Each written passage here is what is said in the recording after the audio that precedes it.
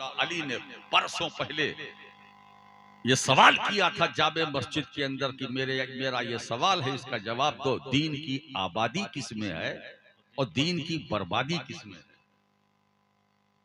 ऐसा सवाल है, दीन की आबादी किस में है, दीन की बर्बादी में। तो वो नौजवान बच्चा कम उम्र अदब से खड़ा हुआ, कहा हुजूर, अय्यारी और मक्कारी में दीन की बर्बादी है और तकवा और परहेजगारी में दीन की आबादी है। अय्यारी और मक्कारी में दीन की बर्बादी है, तकवा और परहेजगारी में दीन की आबादी है। तो जो अय्यारी और मक्कारी में मुब्तला है, समझ लो दीन बर्बाद। मौला कायनात इस जवाब को सुनकर खुश हुए और उनके जिस्म पर खूबसूरत शाल थी, उठाया और उस नौजवान के ऊपर डाल दिया। ये शाल आज से तेरे लिए और वास का हक सिर्फ तुझी को है। मालूम है मेरे दोस्तों वो नौजवान कौन था जिसे दुनियाए तरीकत में ख्वाजा हसन बसरी कहते हैं। ख्वाजा हसन बसरी, तकबीर, नारे रिसालत। मौला अली के सवाल का जवाब देने के लिए उन्हीं के मुरीदो खलीफा ख्वाजा हसन बसरी जैसे ख्वाजा हसन बसरी है जिनसे सिलसिले तरीकत चला है, जिनसे तरीकत का सिलसिला चला है। कोई कुछ भी हो सब उन्हीं से है, कोई कुछ भी हो कहीं से भी तुम्हारा ताल्लुक, मगर सब जाकर मिलोगे ख्वाजा हसन बसरी से। और ख्वाजा हसन बसरी के वसीले से हजरत अली और हजरत अली के वली के वसीले से पैगंबर इस्लाम और पैगंबर इस्लाम के वसीले से अल्लाह। आप अंदाजा लगाइए, ये आए तो वो बोलते क्यों हो जो तुम नहीं करते? तो जरूरत है ये जो आजकल सोशल मीडिया में दिख रहा है ना, कहीं ना कहीं मुझे कहने दो, कहीं ना कहीं जरूरत है कि पहले हम अपनी सफाई करें, हम अपनी सफाई करें। अगर हम अपनी सफाई कर लेंगे ना तो सबकी सफाई हो जाएगी। ना मीटिंग की जरूरत है, ना बुलाने की जरूरत है, ना मशवरा की जरूरत है। अपनी सफाई करो। हासिबू कबला अन तुहासबू। मैं जानता हूं कि ये सीआईडी बैठा हुआ मेरे सामने, ये कैमरा, और मैं सिर्फ शरीफगंज तक ही नहीं रहूंगा, न जाने कितने गंज में रहने वाले मेरी तकरीर सुन रहे हो। अगर ये लाइव चल रहा है तो लाइव देख रहे होंगे। इसीलिए मैं सबको ये बताना चाहता हूँ कि आज शरीफगंज के दारुल उलूम के इस सजाए हुए स्टेज एक पैगाम जाए। वो पैगाम जाए कि उतना करो जितना जितना बोलो उतना करो, जितना बोलो उतना करो। कौल और अमल दोनों एक होना चाहिए, कौल और अमल दोनों एक होना चाहिए। तो जिसका कौल और जिसका फेल एक होता है वही इस्तिकामत वाला, जिसका जाहिर और बातिन एक होता है। मेरे दोस्तों एक बात बताऊं, कल्ब और कालिब में यकसानियत, कल्ब और कालिब में, अब ये रंगे तसव्वुफ है, कल्ब और कालिब में यकसानियत हो, जो जाहिर वो बातिन, जो बातिन वो जाहिर। अब जब दोनों जाहिर और बातिन किसी पैकर में जमा होते हैं तो वो सरकारे सुरका ही होता है। वो तेग अली शाह, वो वारिस अली शाह, वो खुतबे आलम, वो शाहे आलम होता है। जाहिर और बातिन जब जमा होते हैं तो निजामुद्दीन औलिया बन जाता है, कुतुबुल अख्ताब बन जाता है, गंजे शकर बन जाता है, गंजे नवाज बन जाता है, महबूबे यज़दानी बन जाता है, गौसे और गौसुल आलम बन जाता है। जाहिर बातिन में जब यकसानियत होती है, गुस्ताबी बन जाता है, जुनैद बगदादी बन जाता है, सरी सख्ती बन जाता है, अबू बकर शिबली बन जाता है, सईद मखदूमी बन जाता है। वाह वाह वाह, जिंदाबाद। जाहिर और बातिन में यकसानियत कामिल होती है तो अब्दुल कादिर जीलानी बन जाता है, गौसे आजम बन जाता है, साहिब गौसियत कुबरा बन जाता है, इंसान कामिल बन जाता है। हजरात गिरामी, और जब इंसान कामिल गौसियत कुबरा में क्या बताऊं दोस्तों, जब जाहिर बातिन एक होता है तो वो साहिब तसर्रुफ होता है, वो साहिब इख्तियार होता है, वो साहिब इख्तिदार होता है, वो साहिब हुक्म होता है ना। वो ऐसा होता है कि अगर किसी कब्र के अंदर मुर्दा है तो हुक्म दे दे तो वो भी बाहर निकाल आए, वो भी बाहर निकाल आए। मेरे दोस्तों, गौसे आजम तो ये फरमाते हैं, इन्ना यदी अला मुरीदी का समाए अलल अर्द, मेरा हाथ मेरे चाहने वाले पर ऐसा है जैसे आसमान का साया जमीन पर। क्या बात है साहब, मेरा साया मेरा हाथ, कितना लंबा हाथ है भाई। वो हाथ बगदाद में है ना, मगर आप अगर मोहब्बत से गौसे पाक को याद कर लो तो वो हाथ यहाँ भी हक है, बेशक बेशक, वो हाथ यहाँ भी बेशक है ना। ये हाथ इस्तियारा है साये से, मेरा साया मेरे चाहने वाले पर कल भी था आज भी है। तो साया गौसे आजम का हासिल करने के लिए बगदाद जाना जरूरी नहीं है। यही तसव्वुर करो, बड़े पीर साहब को याद करो। मैं तो यही तो कभी कभी एक जुमला बोल देता हूँ, जब अब्दुल कादिर उम्मती के साए का ये आलम है तो नबी के साए का आलम क्या होगा, नबी का तसर्रुफ का आलम क्या होगा, नबी के इक़्तिदार और इख्तियार का आलम क्या होगा।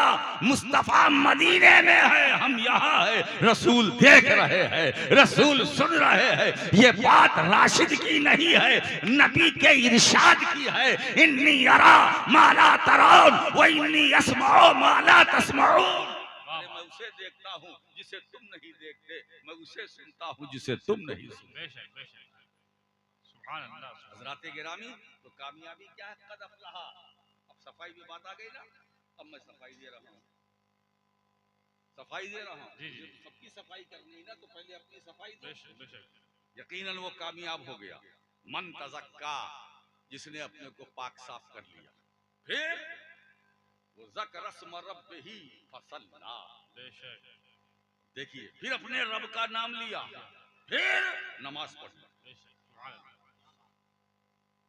आज लोग शिकायत करते हैं कि नमाज पढ़ते हैं मगर ख्याल कहीं और होता है, तसव्वुर कहीं और होता है। तो आपने क्यों इस पर गौर किया कि क्यों इधर उधर ख्याल जाता है? इसलिए जाता है कि सफाई नहीं है, तस्किया नहीं है। तस्किया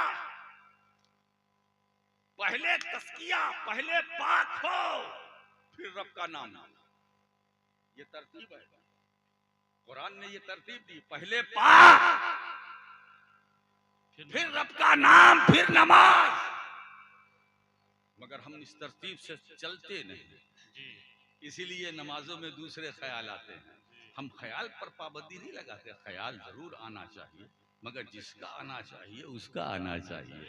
सबका ख्याल नहीं, जिसका तसव्वुर होना चाहिए उसका तसव्वुर होना चाहिए। अब अगर कोई पूछे राशिद मक्की, नमाज में किसका तसव्वुर होना चाहिए, नमाज में किसका ख्याल होना चाहिए, तो राशिद मक्की यही जवाब देगा, उस नबी का तसव्वुर होना चाहिए जो नमाज लाने वाला है, उस नबी का ख्याल होना चाहिए जो नमाज लाने वाला है और नमाज का तरीका बताने वाला।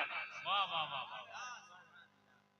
अब आप देखिए सरकार ने किस तरह से किया। अब आप आयते सलात नाजिल हुई, आयते सलात जब नाजिल हुई तो सहाबे किराम ने अर्ज किया, या अल्लाह के रसूल, हम नमाज कैसे पढ़ें, कैफा नुसल्ली या रसूल अल्लाह, हम नमाज कैसे पढ़ें, कैसे पढ़ें। तो हुजूर ने नहीं कहा कुरान में देखो, नहीं, सरकार फरमाते हैं सल्लू कमा रायतुमूनी उसल्ली, जैसा नमाज पढ़ता मुझे देखो। तुम नमाज कैसे पढ़ना चाहते हो, जैसा मुझे पढ़ता देखो, हज जैसा मुझे करता देखो, जो मैं करूं वो तुम करो। नमाज जैसा मुझे पढ़ता देखो, यानी मतलब नमाज इबादत खुदा की है। तवज्जो चाहता हूं, नमाज इबादत खुदा की है, अदा मुस्तफा की है। नमाज इबादत खुदा की है, अदा मुस्तफा की है। इसीलिए दोस्तों कहो तो थोड़ी सी वजाहत कर दूं। अच्छा ये बताइए, इशा में फर्ज कितना है? 4। फजर में फर्ज कितना है? 2। जोहर में कितना फर्ज है? 4। असर में कितना फर्ज है? 4। मगरिब में कितना फर्ज है? 3। सबको मालूम है ना? मैं फर्ज की बात कर रहा हूं, सुन्नत की नहीं। कि 4 जोहर में फर्ज है, उससे पहले 4 सुन्नत है। मैं अभी उधर नहीं जा रहा हूं। जिसको तुम फर्ज कहते हो फर्ज, तो जोहर में 4 फर्ज, असर में 4 फर्ज, मगरिब में 3, फजर में 2, इशा में 4 फर्ज। फर्ज है ना? अब मैं आपके सामने दूसरा नुक्ता रखता हूं। जिसे तुम फर्ज कहते हो कि ये फर्ज है, वो सुन्नत भी तो है। जी जी जी। जिसे फर्ज कहते हो वो सुन्नत भी है। ऐसा फर्ज लाओ जिस पर सुन्नत की चादर न चढ़ी हो। यही से तो हम अहले सुन्नत ने चढ़ाना सीखा है। वाह वाह वाह वाह वाह। फर्ज खुदा का है, मगर अपने अपने फर्ज पर महबूब की सुन्नत की चादर चढ़ाई। बंदो, मेरे फर्ज को मेरे महबूब की सुन्नत से जुदा ना समझना। अब देखिए, नमाज फर्ज है, नमाज में 4 रकात फर्ज है, सुन्नत भी है। मगरिब में 3 फर्ज है, तो सुन्नत भी है। अब आइए नमाज में क़याम फर्ज है, सुन्नत भी तो है। नमाज में रुकू फर्ज है, सुन्नत भी तो है। नमाज में सजदा फर्ज है, सुन्नत भी तो है। नमाज में क़दा फर्ज है, सुन्नत भी तो है। तो नमाज के जितने अरकान है, उसमें जो फर्ज है या वाजिब है, बताओ ईमानदारी के साथ, वो सुन्नत भी तो है। बेशक बेशक। वो सुन्नत भी है। नमाज में क़याम फर्ज है, ये खुदा का फर्ज है। सुन्नत मुस्तफा की, सुन्नत मुस्तफा की। मुझे 1 रकत नमाज जी बगैर सुन्नत के कोई पढ़ के बताए। क्या बात है। बगैर सुन्नत ऐसी 1 रकत नमाज जो सुन्नत ना हो। मैं फर्ज की बात कर रहा हूं, तो दोस्तों नहीं, वो सुन्नत भी है। जिसे हम फर्ज कहते हैं वो सुन्नत भी है। यही अहले सुन्नत का नजरिया है। एक बात बताऊं, सरकार ने सुन्नत ही पर जोर दिया। हुजूर फरमाते अलैकुम बिसुन्नती व सुन्नतिल खुलफाइर राशिदीनल महदीयीन। लोगों, तुम पर मेरी सुन्नत लाजिम है और मेरे खुलफाए राशिदीन की सुन्नत, यानी अबू बकर, उमर, उस्मान और अली की सुन्नत, तुम पर मेरी सुन्नत लाजिम है। रसूल ने ये नहीं कहा अलैकुम बेहदीसी, बेशक बेशक बेशक। तुम पर मेरी हदीस लाजिम है। हुजूर ने नहीं फरमाया जी जी। मेरी हदीस लाजिम है। सरकार ने नहीं कहा मेरी सुन्नत लाजिम है। क्यों? मुस्तफा के इल्म में था जी जी। सुभान अल्लाह। कि सुन्नत में तब्दीली तो नहीं हो सकती, मगर हदीस लोग गढ़ेंगे, वज़ा करेंगे, बना के लाएंगे, है ना? इसीलिए हुजूर ने फरमाया अलैकुम बिसुन्नती, तुम पर मेरी सुन्नत लाजिम है। हुजूर ने कहा लाजिम, हमने अपने ऊपर लाजिम कर लिया। अब जब हमने अपने ऊपर लाजिम कर लिया तो हम हो गए अहले सुन्नत। अब अगर हमसे कोई पूछे आप कहां से निकले हैं, तो मैं कहूंगा इस हदीस से निकला हूं। मेरा माखज ये हदीस है अलैकुम बिसुन्नती। हुजूर ने कहा सुन्नत तुम पर मेरी लाजिम है, मेरी सुन्नत तुम पर लाजिम है। हमने अपने ऊपर लाजिम कर लिया, हम अहले सुन्नत हो गए, हम अहले सुन्नत हो गए। जो इसके खिलाफ, एक बात बताओ, हदीस नहीं कि अलैकुम बेहदीसी, अलैकुम बेहदीसी। अगर अलैकुम बेहदीसी हुजूर ने कहा होता तब अहले हदीस कहते कि हाँ हम यहां से निकले हैं। हमारा जो हम निकले हैं, हमारा माखज ये रसूल का कौल है अलैकुम बिसुन्नती, तुम पर मेरी सुन्नत लाजिम है।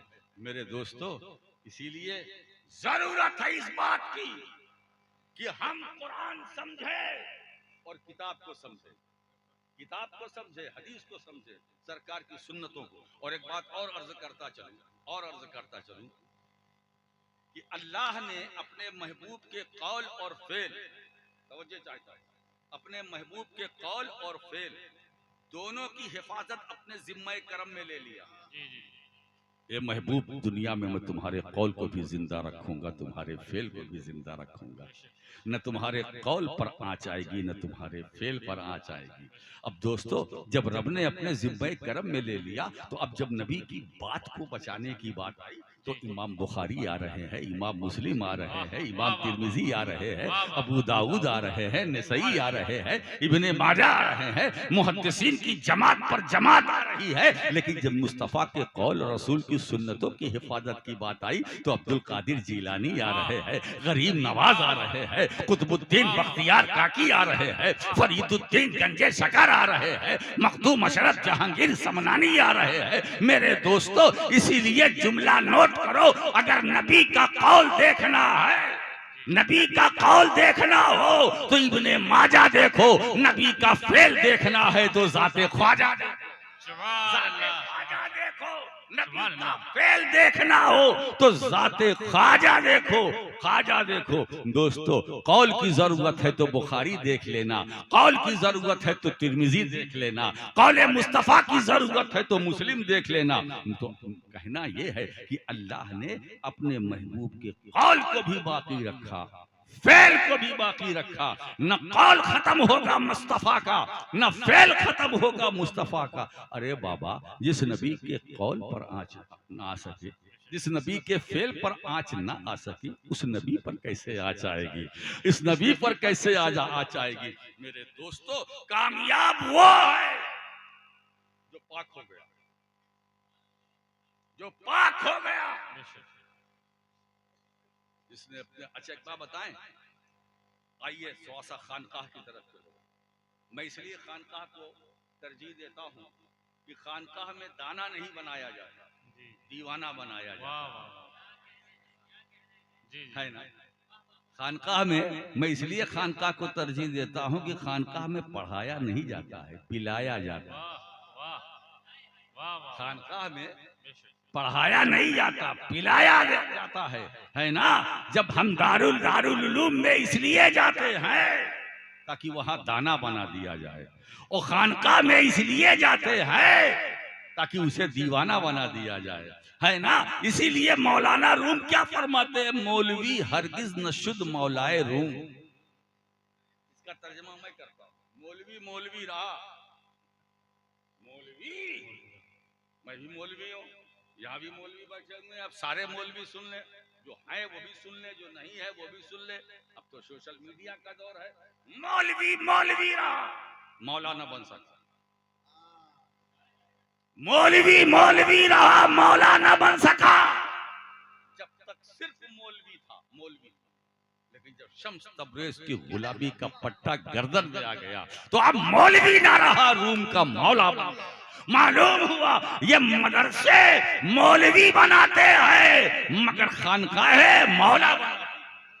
अगर मौला बनना है तो ख्वाजा की बारगाह में जाओ, मखदूम पाक की बारगाह में जाओ, बुजुर्गों की बारगाह में जाओ। मेरे दोस्तों, ये तो ऐसे अल्लाह वाले हैं कि अगर जाहिल पर नजर डाल दिया तो उसे भी आलिम बना दिया, अगर चोर पर नजर डाल दिया तो उसे भी वली बना दिया। मेरे दोस्तों, तो मौलवी मौलवी रूम का मौला ना रहा, मगर जब शम्स तबरेज की गुलामी का पट्टा गले में पड़ा, अब मौलवी नहीं मौला बन गया, मौला बन गया। तो हमारे पास अल्हम्दुलिल्लाह दोनों इंतजाम, मदरसा भी है। इस मदरसे का नाम क्या है? मदरसा गौसिया तेगिया रहमानिया। क्या बात है, फैजानुल उलूम, मदरसा गौसिया तेगिया रहमानिया, फैजानुल उलूम। क्या बात है साहब। हम तो चाहते हैं कि ये इतनी निस्बतें हैं, गौसिया भी है, तेगिया भी है, रहमानिया भी है। अब रहमानी है तो फिर है, जब रहमानी है तो फिर परेशानी कैसी? जहां रहमानी वहां नहीं परेशानी, दूर होती है वीरानी। तो अब ये मदरसा गौसिया तेगिया रहमानिया, अब क्यों ना हो फैजानुल उलूम। जहां गौसिया हो तेगिया हो, रहमानिया हो, उस वहां से अगर उलूम के फैजान न बटे तो कहां बटेंगे?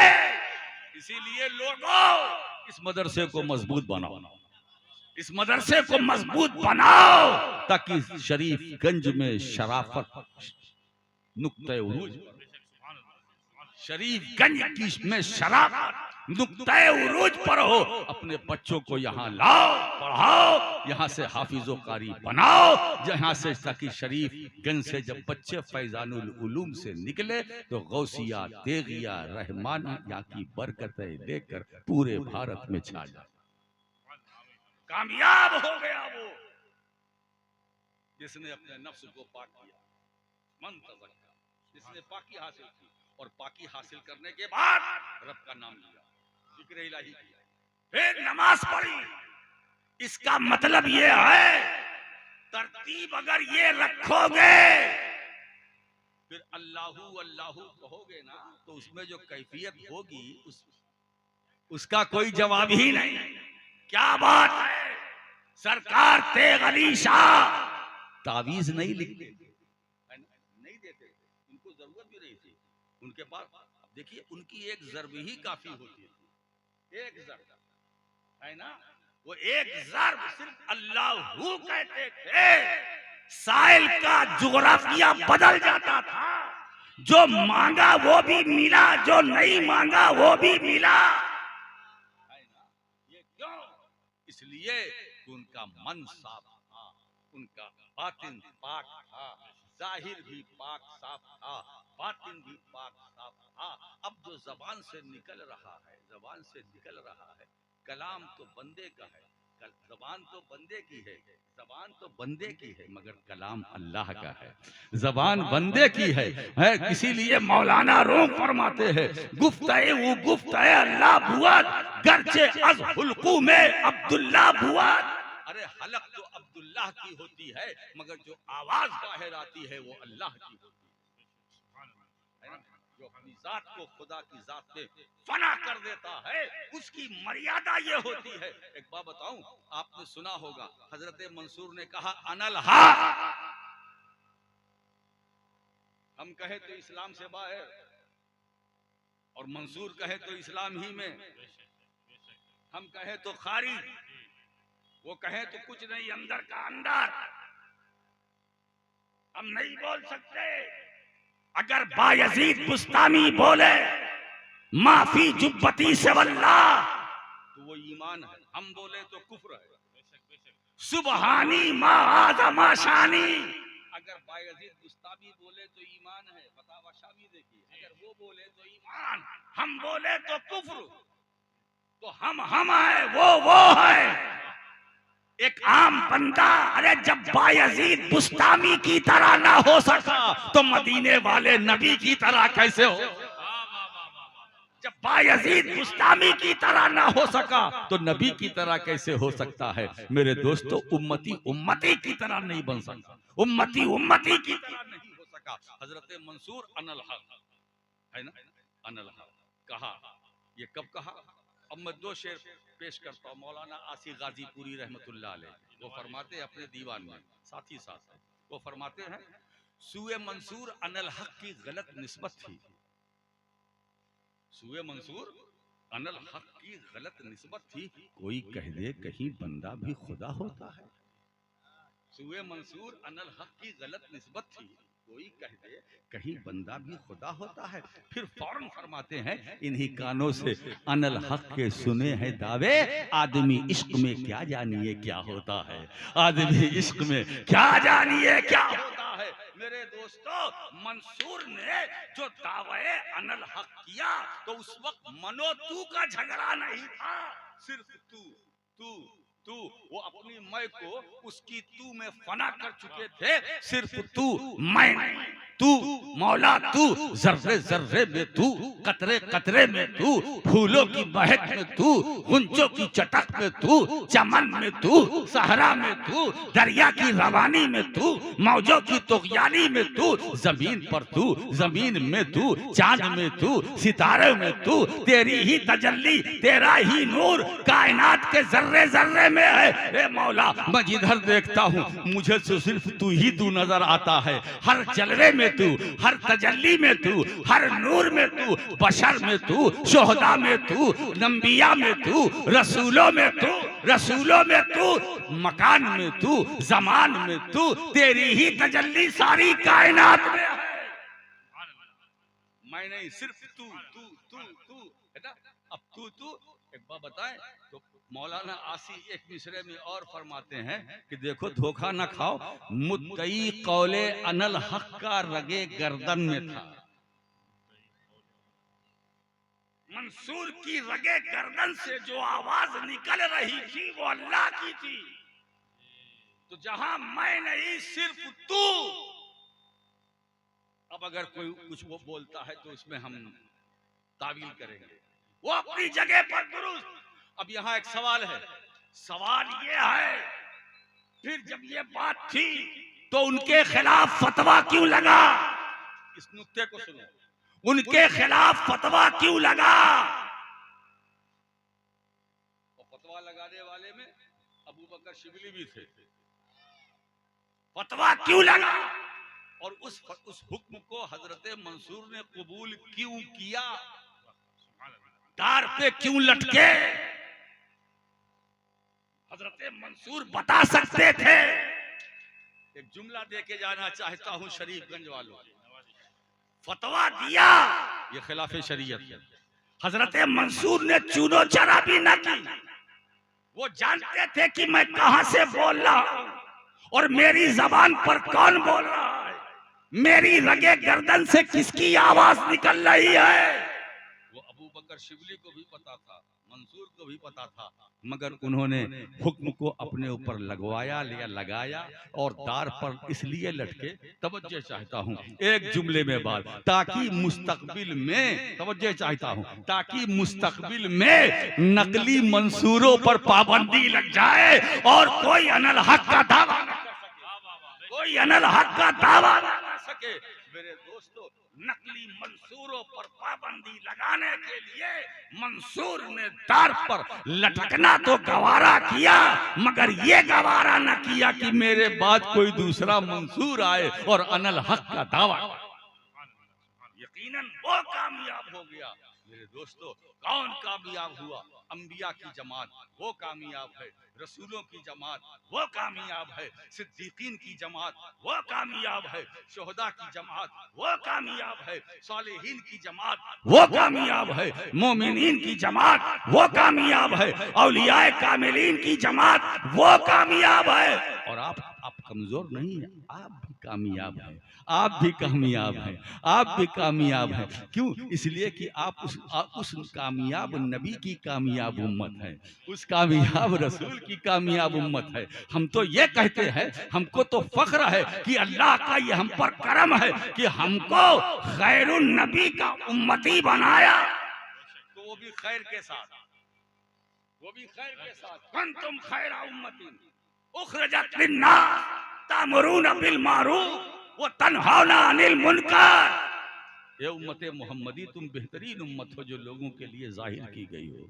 हाय, इसीलिए दोस्तों हमें कोई परेशानी नहीं, हमें कोई दिक्कत नहीं, क्योंकि हमारी खैरियत पर कुरान की मुहर लगी है, हमारी खैरियत पर कुरान की मुहर लगी है। हम चलेंगे तो खैरियत से, बोलेंगे तो खैरियत से, सफ़र करेंगे तो खैरियत से, हम खाना खाएंगे तो खैरियत से। लाख उलझने आए मगर हम खैरियत से, हम खैरियत से, हम खैरियत से। जब तक जिंदा रहेंगे, जब तक इस भारत में रहेंगे, खैरियत से। मर कर कब्र में जाएंगे खैरियत से। इंशाअल्लाह नकीरैन के सवालात का जवाब देंगे खैरियत से। कब्र में लेटे रहेंगे, कब्र में लेटे रहेंगे खैरियत से। और जब कयामत कायम होगी तो हम कब्र से उठेंगे खैरियत से, पुल से रात से गुजरेंगे खैरियत से। इसीलिए तो इमाम अहमद रजा की जबान यूं गोया होती है, या रसूल अल्लाह पुल से उतारो, राह गुजर को खबर ना हो, जिब्रील पर बिछाए तो पर खबर ना हो। दोस्तों हजरात गिरामी, तो कामयाब वो है जिसने पाकी हासिल की, अपने रब का नाम लिया और फिर नमाज पढ़ी, वो कामयाब है ना। वाखिर दावाना अनिल हम्दुलिल्लाहि रब्बिल आलमीन।